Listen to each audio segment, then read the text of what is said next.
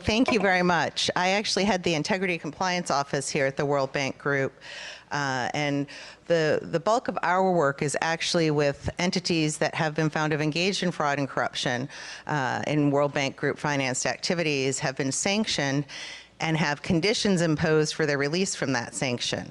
So we work very closely with private sector companies. And so this topic is really a passion of mine, and I'm very excited to be here with some excellent colleagues and speakers. So joining us are Martin Benderson, who is the Associate Director for Collective Action and Partnerships at the Maritime Anti-Corruption Network, also commonly known as MASN. Christina Ritter, who is the Head of Anti-Corruption and Governance at the UN Global Compact, and she previously was with UNODC.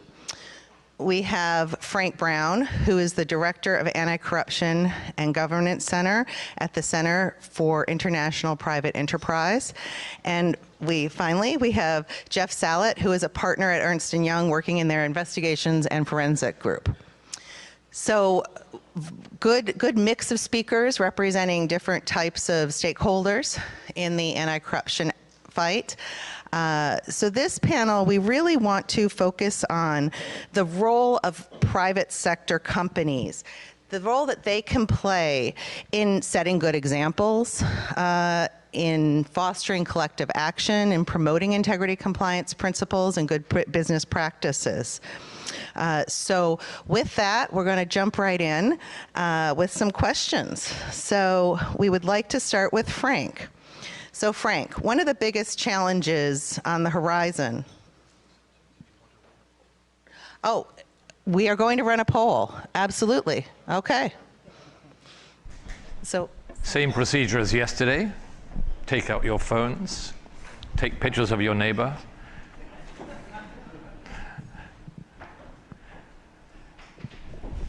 And you. So should we go ahead and start with the questions, or do you want to hold for the poll? Yeah. We'll start with, okay.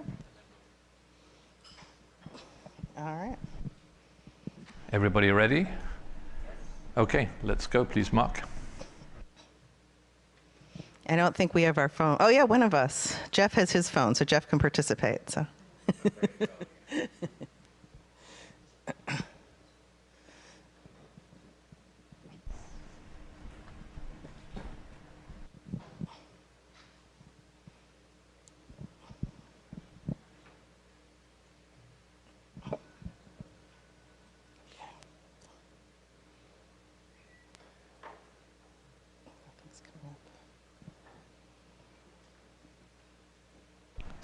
And while we're just waiting for the poll to come up here, don't forget we have interpretation headsets at the back for the 3 languages as well.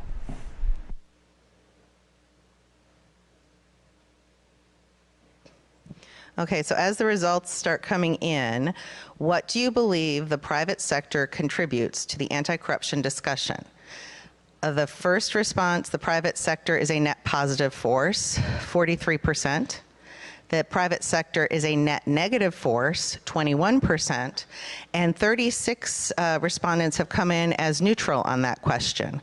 So hopefully by the end of this hour, we're going to have a lot more people answering A. My personal view is the private sector is a net positive force. You cannot fight corruption with only one side of the equation. So, you know, I believe, and I believe the fellow panelists here believe, that the private sector has a key role to play in this discussion and in these efforts. So we already converted one. We were up to 44%. So there we go. So with that, we'll jump into the questions. 45. We keep going. So I'm very convincing, apparently. So Frank, first question for you. One of the biggest challenges that you know folks see on the horizon in the global anti-corruption community is likely to be the reconstruction of Ukraine. Estimates say that it may cost upwards of $1 trillion to engage in that reconstruction effort. So, from your perspective, you know, what is the role that private sector can play in that reconstruction effort? and in helping to ensure that the monies are used with integrity and are not subject to corruption. So you're an NGO working with the business community in Ukraine. So what are you seeing and what are your thoughts? Thanks. Thanks, Lisa. It's great to be here, to see lots of familiar faces. And this, I think, is a good question for me to start the presentation answering, both because the war is very topical, especially as we saw over the weekend with the developments in Russia, and also because the role of the private sector in Ukraine has helped shape my NGO's approach to anti-corruption in the private sector globally. So I'll give a little background on that so that this makes more sense than it might otherwise. And then I'll get to the results of a survey that we have in the field in Ukraine right now with small and medium-sized enterprises. So my NGO, the Center for International Private Enterprise, has been in Ukraine for about 30 years. We opened an office there maybe 12 years ago.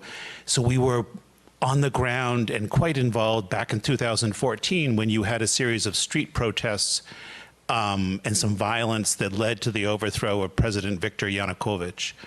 And this was especially interesting to us as an NGO that focuses on the private sector and corruption because of the role that SMEs played in those protests, both because small business owners were taking part in the protests on the streets, but more significantly because they were bankrolling them. They were paying to support the students and pensioners and other folks out there who camped out and took part in what eventually led to a whole series of reforms in Ukraine and two subsequent governments that pushed forward in fits and starts an anti-corruption agenda, to the point now where in Ukraine you have an impressive anti-corruption architecture, largely or partially to the credit of the IMF, which put in place a series of contingencies that required the Ukrainian government to stand up these institutions, sometimes quite reluctantly, but they did it. And so we have a situation now where Ukraine again is the focus of interest for my NGO, both because of the war and because it's a chance to see if again the small and medium-sized enterprises can step up and play a positive role as we look towards a reconstruction. The reconstruction, as Lisa mentioned, could cost up to $1 trillion. It has tremendous potential for corruption, for the kleptocratic and oligarchic structures that are still in place in Ukraine benefiting more from the reconstruction than other entities, and for undermining the West's attitude towards that process, which in the end would be profoundly destructive. So getting the corruption piece of the reconstruction is quite important. And the other reason it's quite important is from a democracy point of view. So my NGO has an emphasis on strengthening democratic institutions, not just fighting corruption. So I'll talk a little bit about the results of a poll we have out, a survey we have out. We've got about 250 respondents so far, SMEs all over Ukraine. And the results are interesting, in part because they show the degree to which these smaller businesses want to take part in the reconstruction. They want to team up with Western businesses, mostly EU businesses, in getting these big procurements that are going to come down to do all the work necessary to restore the country. That's significant because those Western companies, as you hear, I think, from other speakers, are subject to pretty rigorous anti-corruption compliance laws and face reputational risk, face criminal risk if they violate those laws. So the Ukrainian companies are poised to take part in this overall approach. 88%. The other aspect that was interesting from this survey is that there's a remarkable degree of sophistication by these SMEs when it comes to anti-corruption architecture in Ukraine and where they can turn to report wrongdoing, what sources of redress there are. And that even extends to sort of global anti-corruption trends, which I think you'll hear from other panelists about. But for example, one of the best ways to motivate the private sector to refrain from corruption is something called positive defense. So the UK Bribery Act is the best example of this. But it's a clause in an anti-corruption law that holds that if a company can show, as it's being investigated, that it has in place adequate procedures for combating corruption, that's a mitigating factor in the investigatory and prosecution and enforcement process. So 31% of Ukrainian companies know about this, even though it doesn't exist in Ukraine. So quite sophisticated. And then finally, I'll give you one more figure that comes out of this Ukrainian survey that's perhaps a little disconcerting, and that is that the main reason, 66% of people say, the main reason for upholding anti-corruption measures within a company are moral reasons. So they're social norms. They're not fear of enforcement. It's just doing the right thing. That's how they're articulating their main reason. The second reason is reputational risk, 40%. So what that says is that small and medium-sized businesses don't fear getting caught. They fear being shamed, and they want to do the right thing for patriotic or other reasons. So again, presenting this snapshot in a fairly narrow window of the anti-corruption landscape globally, because it has ramifications, I believe, for the work that we, the anti-corruption community globally, do everywhere, because it points to a segment of the business community that typically is highly motivated to press for political change that's necessary to put in place anti-corruption reform. They're not happy with the status quo. They want to grow their businesses, and they're ready to take risks to do that, sometimes political risks. Multinationals, big companies often aren't. They're often happy with the status quo. They're ready to comply, do what's necessary, but they're not looking for radical change. I hope that wasn't too long-winded and gave you some insight as to what we see as the bright spots for the private sector engagement. Thank you, Frank. So Frank talked about laws and social norms and motivators for companies to potentially not engage in fraud and corruption activities. So I'd like to turn to you, Christina, because the UN Global Compact takes a similar but slightly different approach in that it commits member companies to standards of behavior. So it's not a law, it's not a social norm, but it's a standard of behavior to which these companies commit in various areas: human rights, environment, labor, and anti-corruption. So, Christina, how does the UN Global Compact disseminate good practices in a way that firms are really encouraged to take them on and to make these commitments? Thanks. Thank you. Thank you for the question, and thank you for your attention and for inviting me to this event. So maybe I'll start by explaining what the UN Global Compact is, in case some people don't know. So it's basically the UN office that works with the private sector. We are the largest corporate sustainability initiative in the world, with over 22,000 participant companies in 162 countries. And like you said, the companies that become members of the UN Global Compact, they commit to higher standards in those 4 areas, including anti-corruption and other cross-cutting issues such as governance and gender. So the way we make sure that good practices are identified, are also disseminated, is through our value proposition, which translates into 4 engagement opportunities. So the first one would be to connect, then to lead, learn, and communicate. So let me explain a little bit of each of these 4 pillars. So connect, the first one, through this, we want companies to learn from each other, to work together, but also to work with other stakeholders. Because as you said in the beginning, and also as established by the UN Convention Against Corruption, we need a multi-sectoral approach to effectively tackle corruption. So first, we want companies to work together, to learn from each other, and we do this through our local networks. Our local networks are established around the world, and basically when the participant companies of one country, they come together, they organize and establish a sort of association there. And so from headquarters, we work through our local networks to, for example, convene companies to events or to roll out a training. Also, vice versa, when local networks want to engage in some sort of anti-corruption initiative on the ground, they would ask for our guidance, our expertise. So we meet with those local networks every 2 months regularly through our working group on governance and anti-corruption.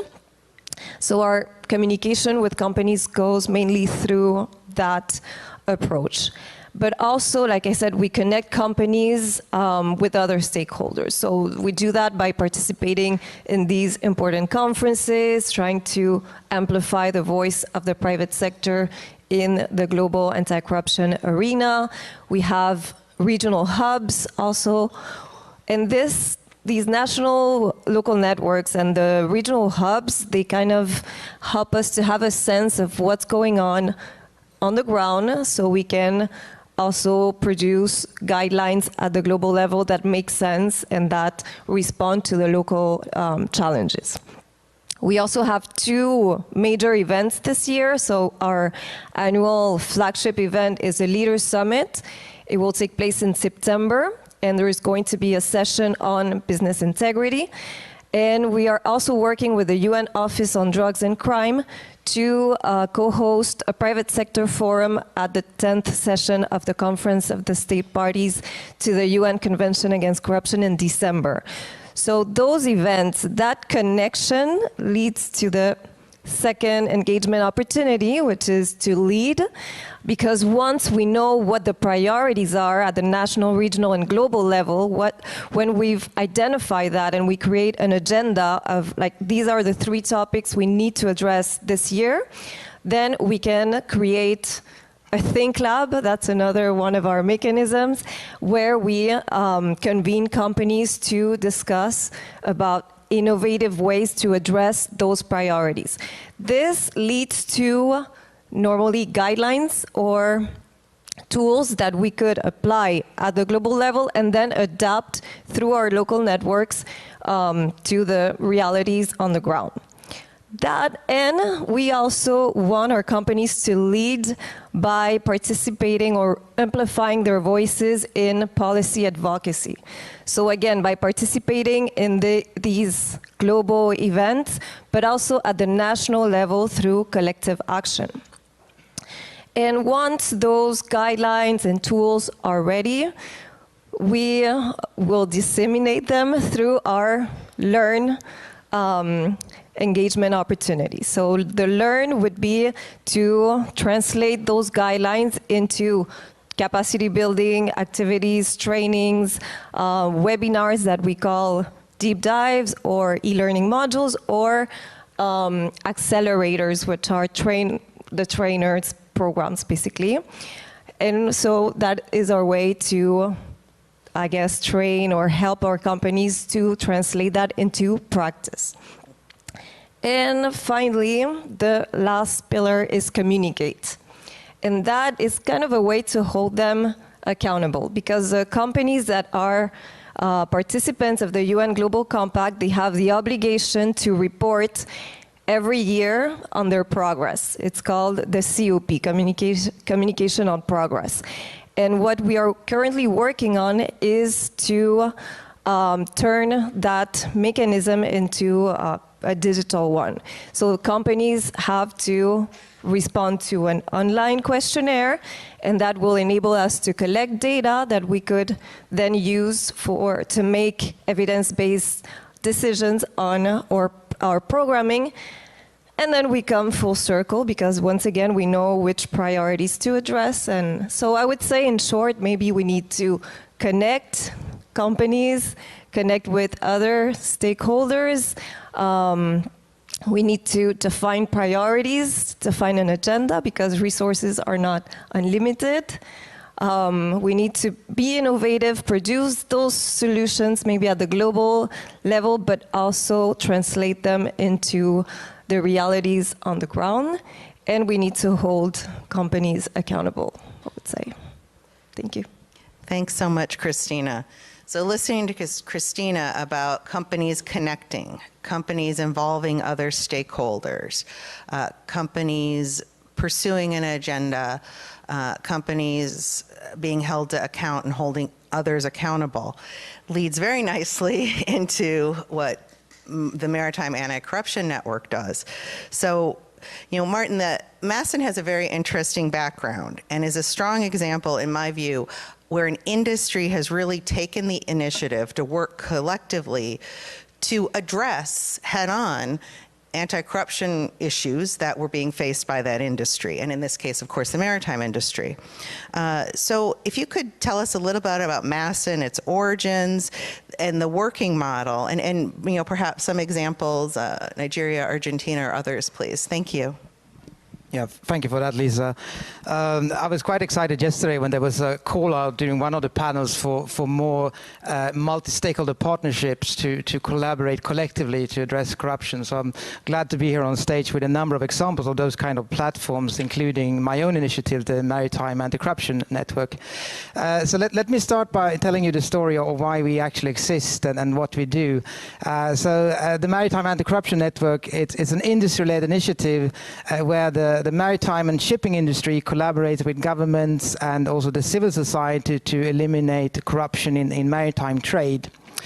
And this was an initiative that was established about 10 years ago by a small group of shipping companies who wanted to take collective action against corruption challenges in their industry and the maritime sector more broadly.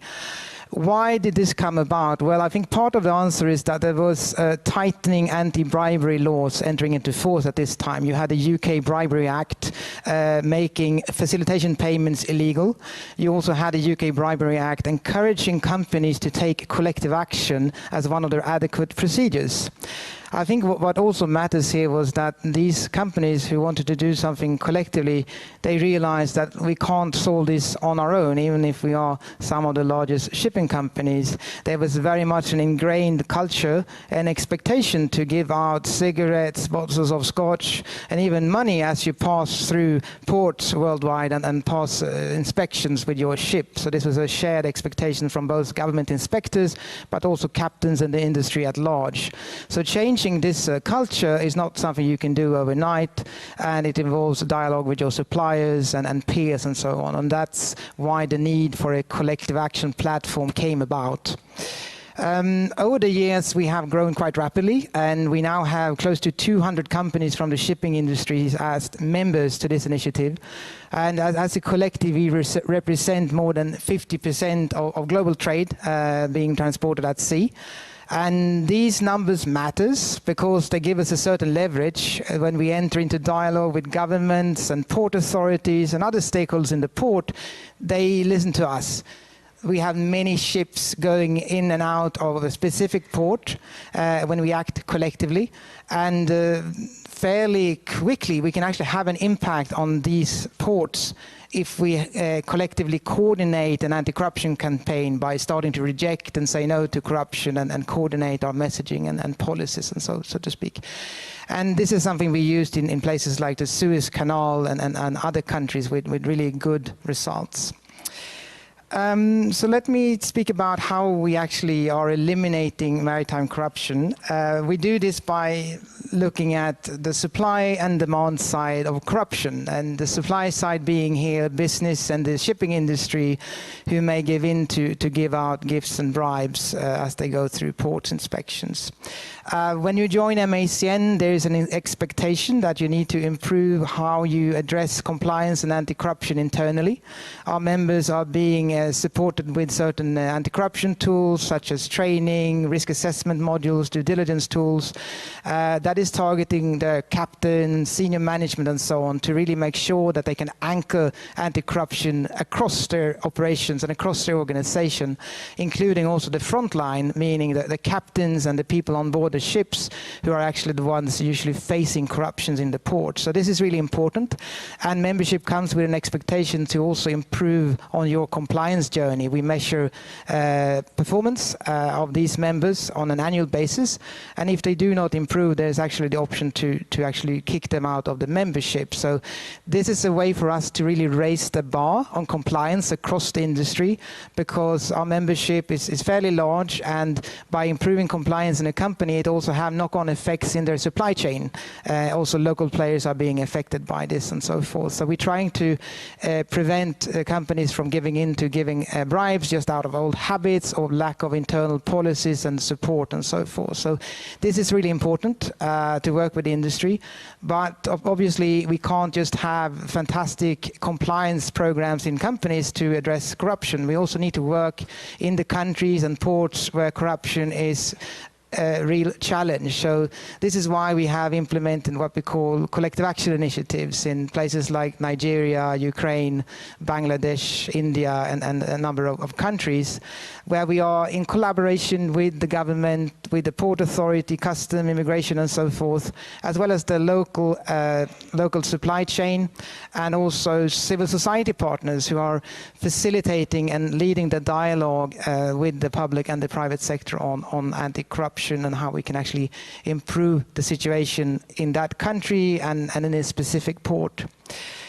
These initiatives is something we worked on for the past 10 years, and they result in things like improved regulation or more transparency around the regulation, improved accountability mechanism where the companies can actually appeal against decisions, and also awareness training and so forth, to really try and strengthen the accountability of the whole sector, so to speak. And none of this that we have achieved today would have been possible without the backing of the industry, of course, but also that we've been welcomed by many governments, also very competent and excellent civil society partners who lead the work on the ground, and also international funders and donors who support many of these initiatives and allow us to have more long-term engagement and work with regulatory reform in certain parts of the world. So all this is very important, and by doing this we try to also address what we call the demand side, where you have bribery demands coming from the public sector.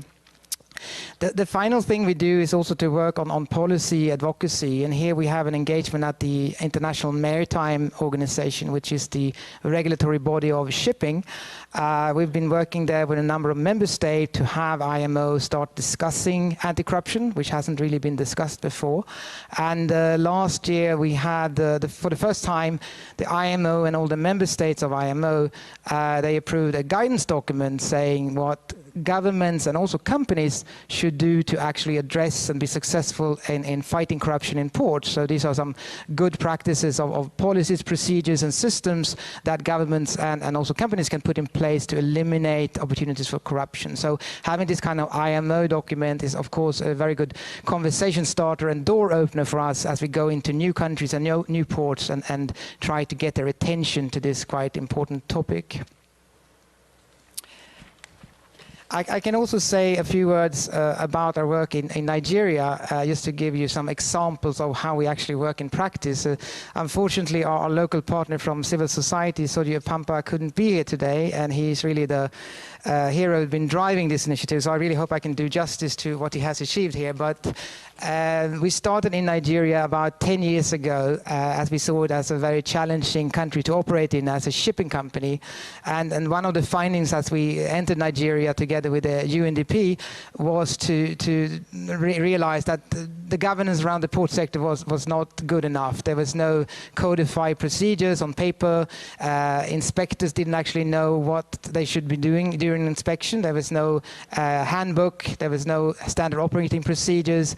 And there was also a lack of accountability mechanisms to appeal against decisions, ethics standards, and so on within various government agencies. So together with our partners from the industry and civil society, we sat down with customs, immigration, port authority to develop these documents, to develop the procedures, develop the code of ethics, and put in place a grievance mechanism. And obviously this is something that was owned by the Nigerian government, but we were there to support that process.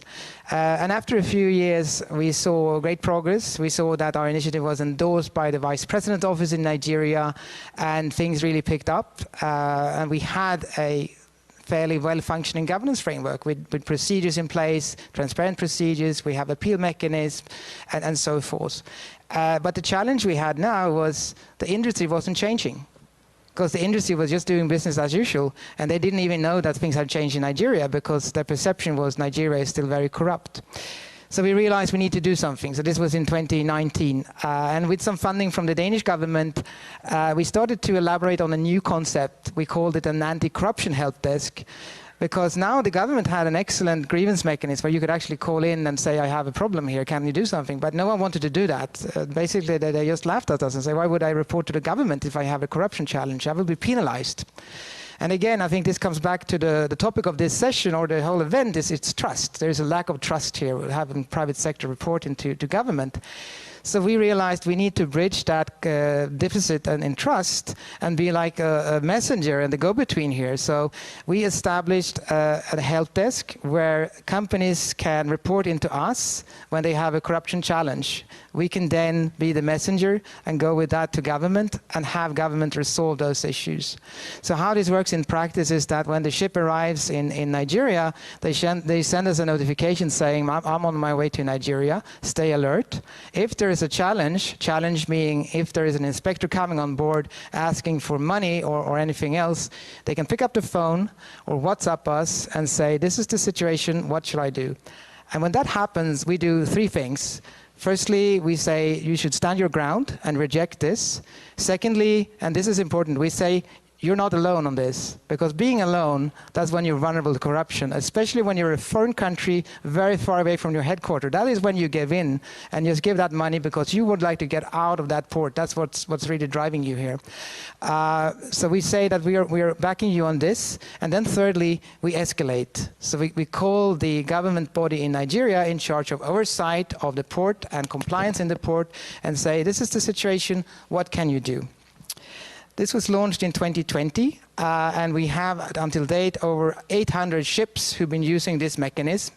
And out of this, we have about 120 incidents, incidents meaning a request for a bribe. 99% of those have been prevented. They have been resolved, meaning that no corruption was made. There was no transaction being made because we escalated and the inspector actually withdrew and said, this is not something I want to do. We have 2 incidents that hasn't been resolved, but overall we see a very good success rate. Before we started, it took 7 to 10 days to resolve a case like this in Nigeria. Now we have an average resolution rate time of 1 to 8 hours. And time is money in shipping. So now we give an option to the captain, not just to do the right thing, to say no and report corruption, but you're actually saving money because you can actually get out of that port faster. And in monetary terms, it's a saving of between $20,000 up to $150,000 per port call. So for each ship going in and out of the port. So there's clearly also an economic incentive for reporting. And we're now at the stage, this is 3 years' work, where the trust has been so solidified that the companies are calling the government directly. They're picking up the phone and they're calling the Nigerian government and saying, I have a situation here, can you call us?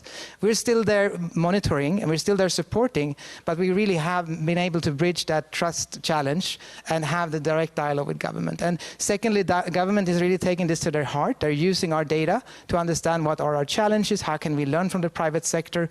And none of this would have been possible if the government wouldn't have invested, of course, heavily in compliance and oversight, because this is just a help desk. This is just us providing and messaging mechanism, oversight mechanism. The real work is done by the government, and we're there just to monitor and convey the message, so to speak. So this is a mechanism that we started in Nigeria. We have now replicated this in the Suez Canal, in Ukraine, and also in India on a similar model, working with civil society, working with government, and working with the private sector. And we see great opportunities also using this in other parts of the world. Thank you so much. So in my mind, that net positive response is ticking upward, hearing these stories and these different initiatives from the panelists. So, you know, Martin said something that was really, that resonated with me. Being alone is a challenge. And I think that when we talk about the role of the private sector when we talk about collective action. I think that's something, I will keep in my mind, because if you are the one guy standing there saying no and everyone else is saying yes, that is a very difficult place to be. So that's where these types of initiatives, the standards to which companies commit, such as UNGC, the organizations such as Masson that are taking a stand collectively. I think that is a takeaway that I hope we all take with us after this session. So, Martin also talked about the efforts Masson has made with the government. So the impact that the private sector can have in trying to promote change at the governmental level.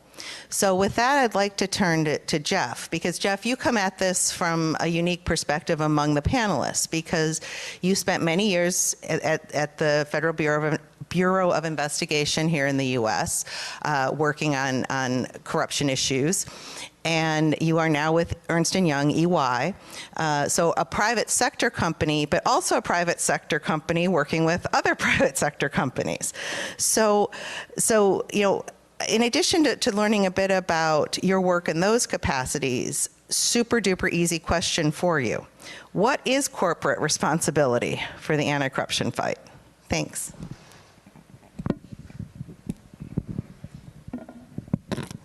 Good morning, and thank you very much.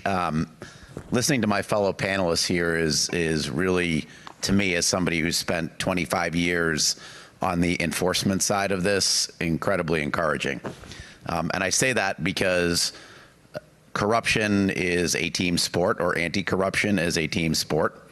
And not only is it a team sport, but it is critical to global national security and human rights. When you talk about kind of what corporate responsibility is and what our collective responsibility is, a line I used when I was in the FBI was, corruption leads to lack of confidence in governments. Lack of confidence in governments lead to failed states lead to human rights abuses and national security issues. So when people ask, what's my responsibility, and I can say, the United States can be very United States centric. So I'll say that as an American. What's your global responsibility? And the answer is to lead from the front. A question I would ask folks, and really, I think important when you hear what my fellow panelists have said is, and Nigeria was brought up a couple times by, I believe, Martin and Frank. So I would ask somebody in the United States, would you be offended if a United States senator took $1 million bribe for business? And the answer is, of course I would be.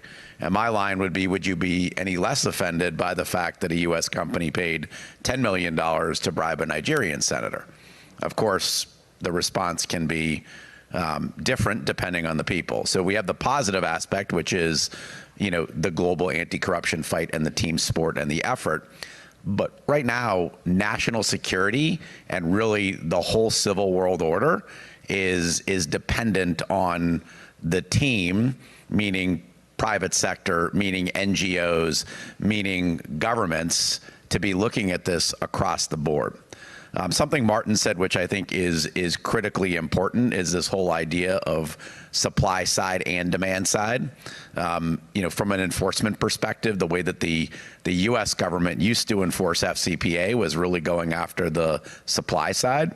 And the method that the United States government uses now is to partner with other governments, again, much like is being talked about from the panelists, to attack the demand side so that it's not just a supply side issue. So when you're talking about corporate responsibility is really from both sides, right? It's from the supply side and the demand side. Something troubling that Frank said to me, it's both happy and troubling, is that there was no consequence worry out of the folks in Ukraine when we have a potential $1 trillion rebuild coming. And that's something that I think, people will do things for the right reasons, which is great.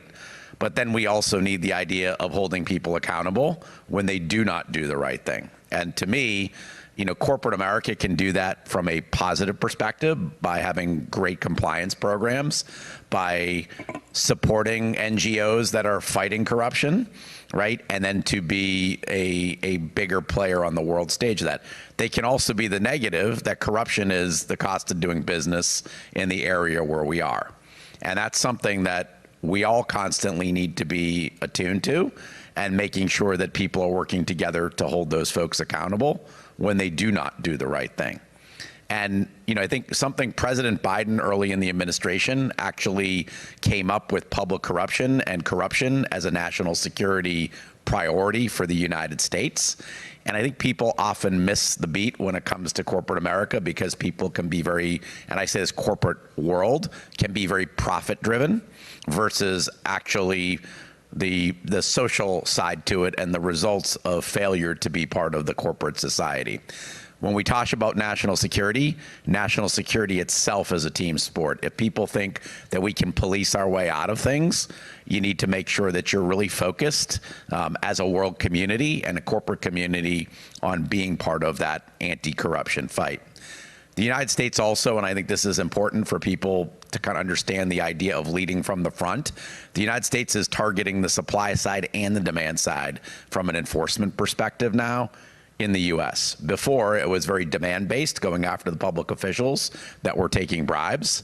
The United States is now going after major corporations for paying those bribes. And I think that's significant because companies have been in a position where they're willing to pay the fines. But the line that I used when I was the FBI's National Chief of Corruption and Civil Rights was, I don't want your money, I want your freedom. And I say that because that's the deterrent. And I do believe that we need deterrent in addition to the idea of responsibility. I'm now at EY. Our practice is named Forensic and Integrity Services. So we are out there working with companies across the world, globally, to put in anti-corruption programs, anti-corruption analytics, and ways that we can actually help companies track it. Right? So responsible companies are doing this because they want to. People that are actually fearing consequences do it because they have to. And there's been a couple of very recent announcements, which I actually think is important. So Lisa Monaco, who is a Deputy Attorney General, released something called the Monaco Memo. In that Monaco Memo, there's something about if you have proactive data analytics and you are looking at your fraud and anti-corruption programs from a proactive standpoint, your company will get credit for actually doing that, right? So the idea is not to just have a program and to have it in name only. It's to make sure that you are being threat-driven versus event-driven, which I think is a huge change globally. I get very passionate about this, and seeing a world audience in this room that is fighting corruption is incredibly inspiring to me, and being up here with people that have dedicated their lives to this fight. And to me, the call to action always is, what more can we do to be better? Because with the Ukraine situation, we were involved in a kleptocracy investigation in 2014 in Ukraine, and it's really important when we have a $1 trillion potential rebuild that culture is changed, because a culture of corruption leads to continued corruption. Thanks so much. شكرا جزيلا جيف. شكرا للمنظورين من الخبرة من القطاع العام والقطاع الخاص على حد سواء. جيف تكلم عن الشركات وعن كيفية تصرف الشركات للقيام ببعض التحقيقات أو للاتهام عندما تكون هناك مشاكل فساد. حول هذا الموضوع كريستينا لدي سؤال لك. عندما ننظر إلى الشركات فردياً ولا ننظر إلى العمل المشترك، هل to really focus on developing its own internal compliance structure, culture of integrity, or do you think that they, really in the first instance, can do more trying to work collectively to promote those principles more broadly? Thanks. Thank you for the question. It's like the chicken and the egg sort of question, but from the UN Global Compact, we ask companies to fight corruption internally, externally, and collectively. So the three approaches are very important. Of course, corruption challenges, they vary a lot from region to region and country to country.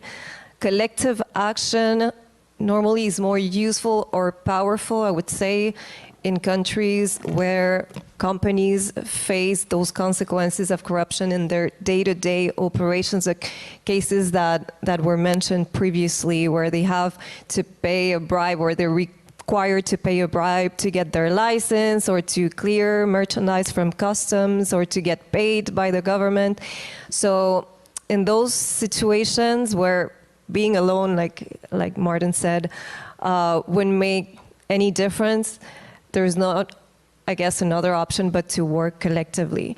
So internally, companies, of course, they have to implement an anti-corruption program of ethics and compliance. So basically, we require them to conduct a risk assessment and then adopt a program or at least some measures, control to mitigate those risks. Of course, to have a strong tone from the top, culture of integrity with a code of ethics and trainings, incentives, communication, but also reporting channels, whistleblower protection measures to identify wrongdoing.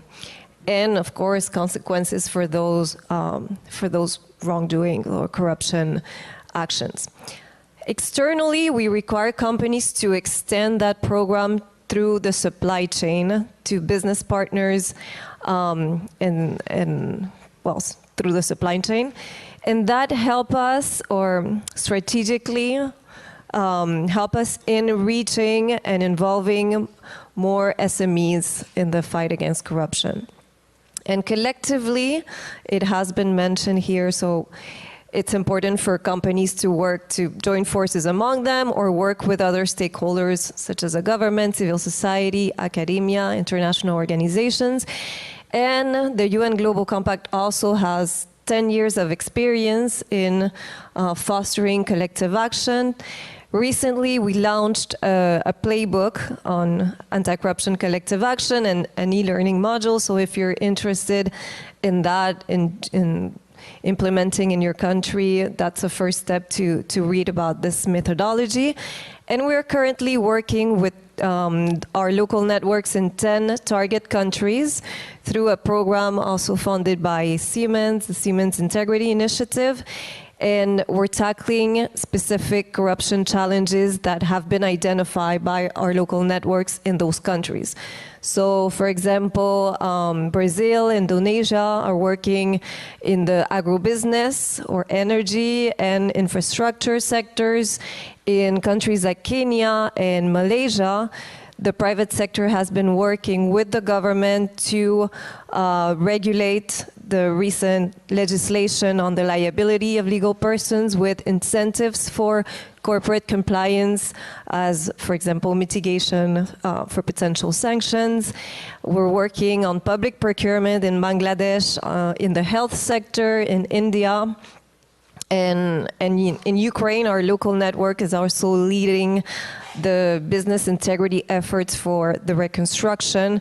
Recently, they established a public-private partnerships working group against corruption. So we're working on those different topics. And another thing that we're doing in this regard is with the UN Office on Drugs and Crime, Guardian of the Convention, we are developing guidelines for state to adopt measures to promote business integrity. So we discussed this back in January with UNODC, and we thought, you know, companies should be involved in this process. Like, we should consult with them and hear from them. So what are the type of incentives that you want to see, but also the sanctions? What are the sanctions you believe are fair for wrongdoing and for those companies that deviate? So not only consult with them to see what they want I guess, to those incentives and sanctions to be, but also for governments and private sector to work together in developing those measures and in promoting them once they're adopted and implementing them. So there's going to be a chapter also on collective action to achieve this. And well, that publication that we're also working with the OECD will be soft launched at COSP this year in December, and eventually launch next year at the OECD Forum. So we believe that implicating companies in the process also gives it a more ownership, which is critical for effective implementation. Thank you so much.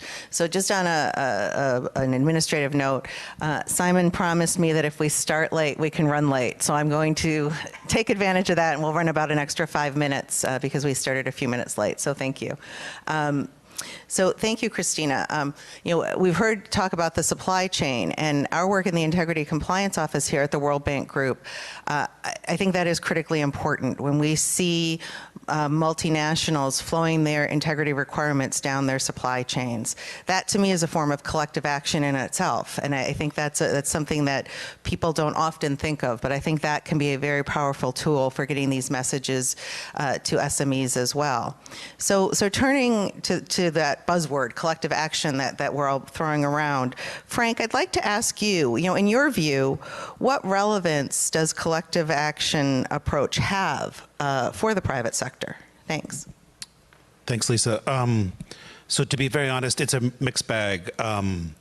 So we have collective action efforts that we've embarked on that have been extraordinarily successful, in part because of the companies involved, in part because of luck, in part because they were in highly corrupt environments where a collective action made sense. So I'm talking about our best cases in Thailand. So a bunch of companies get together 13 years ago. They pledge to uphold a standard that's consistent with the FCPA. And then the key to this is that they subject themselves to an audit every year on whether they're upholding or not this pledge. If they don't uphold it, as Martin noted with MACN, then they're kicked out. And so this has been highly successful, in part because Thailand is so corrupt. They needed the private sector itself needed to do what the government couldn't do.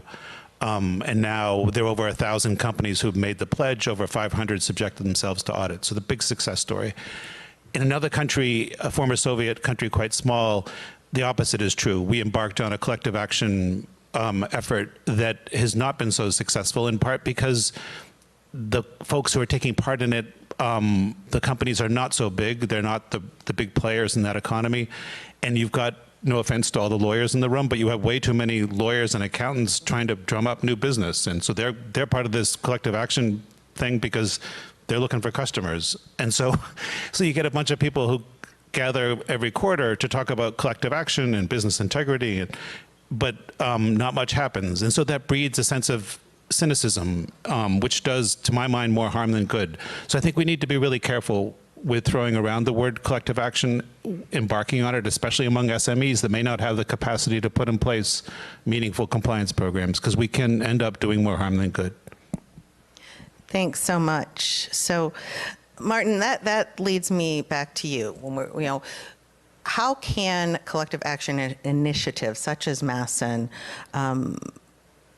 how can we put in place those types of initiatives that are replicable across different industries, across different company sizes, across different geographies, and also put them in place in a way that's sustainable? So what do you see as the enabling conditions for those types of initiatives such as MACN to succeed? Thanks. Yeah, thanks for that question.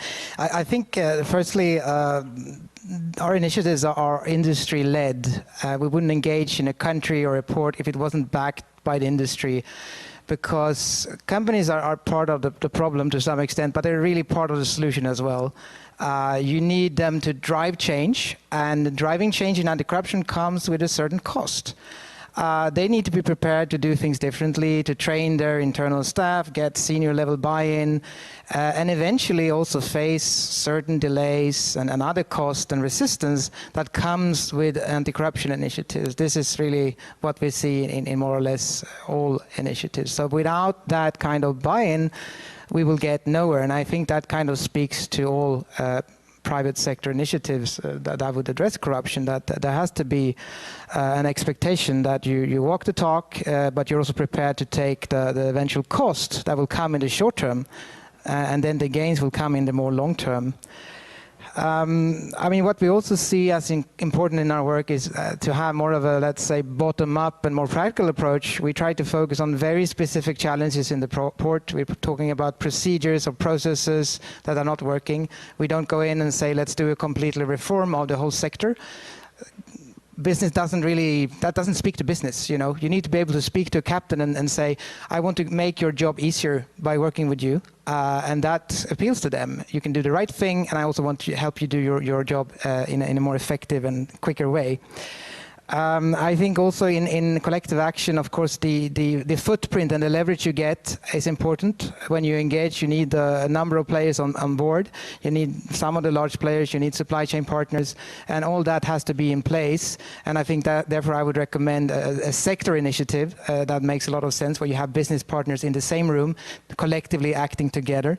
That's something that we have seen works really well. Then, of course, as I said, this is a long-term game. It takes a few years to have impact. So companies have to be prepared to invest over time, 2, 3, 4 years in an initiative if this should work. Then finally, of course, the local context matters. Political commitment in the country from government on anti-corruption is really critical. Can you tag along on the current anti-corruption agenda? Are there civil society who actually can voice this? And I think what this also comes down to is what was discussed yesterday, civic space. Is it available? Can civil society talk openly about corruption and be successful in addressing this?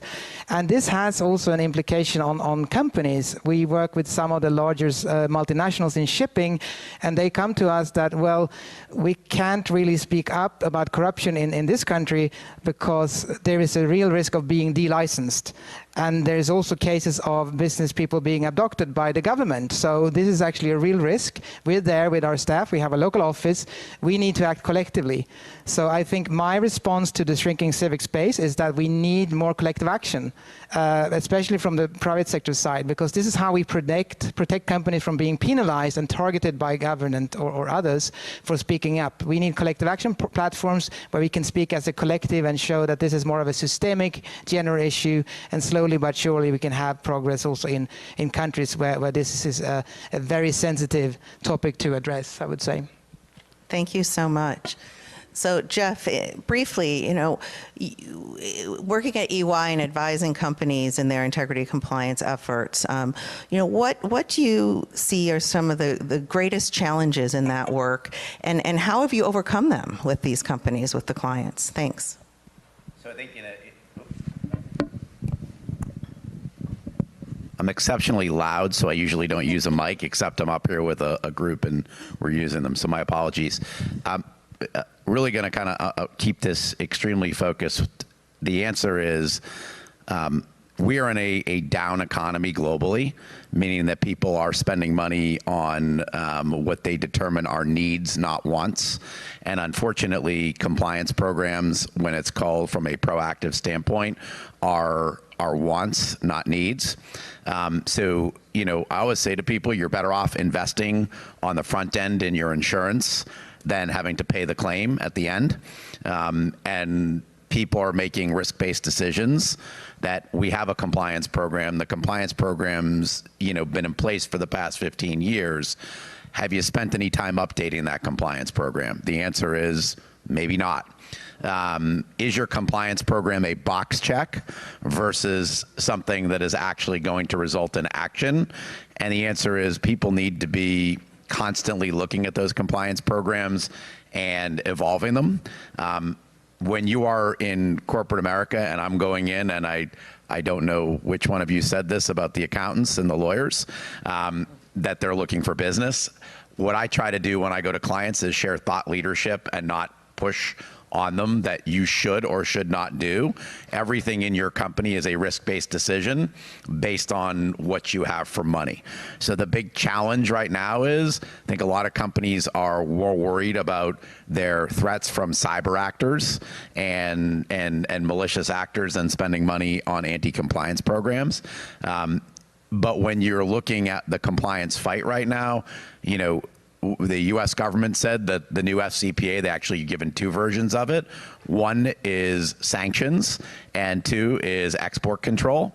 So if you're looking at those two areas, what we're advising clients is, even if you're not going to reevaluate the entire program, you might want to look at and start evaluating your program related to sanctions and export control, because at least getting them to evolve from a piece, because again, I mean, at the end of the day, the corporate world is in business to make money, right? And I think, so to me, coming out of government where my job was to keep people safe, it's an evolution, but remembering that corporate America, it's the incentives. What can we do to actually monetarily incentivize people, as well as, you know, doing the right things for the right reason? Thank you all so much. Thanks, Jeff. You know, I really appreciate the insights that have been shared by the panelists today, and I hope you found them as helpful as I did. You know, to wrap up briefly, I think the mic drop moment I heard from Jeff earlier is anti-corruption is a team sport. So when we ask about, you know, what is the private sector's role, it is there, because no one side can do this alone. So working together, private sector, public sector, CSO, NGO, all of these stakeholders have a role to play, and it's finding how to incentivize them to work together collectively to try to make these changes, to try to make this difference in the anti-corruption fight that I think is critically important for all of us to kind of take forward and to hopefully try to implement in our own environments. We consciously decided not to leave room for questions during this session, but all of our contact information is available to participants, and you know, we'll be here for a bit after the panel. So please feel free to come up and ask us any questions that you may have, or to reach out after the event. I also want to thank Jim Anderson, because he was a focal point for this session, my colleague in the global practice, governance practice here at the World Bank Group. So thank you, Jim, for putting us all together, and thank you all for joining, and thank you to the panelists.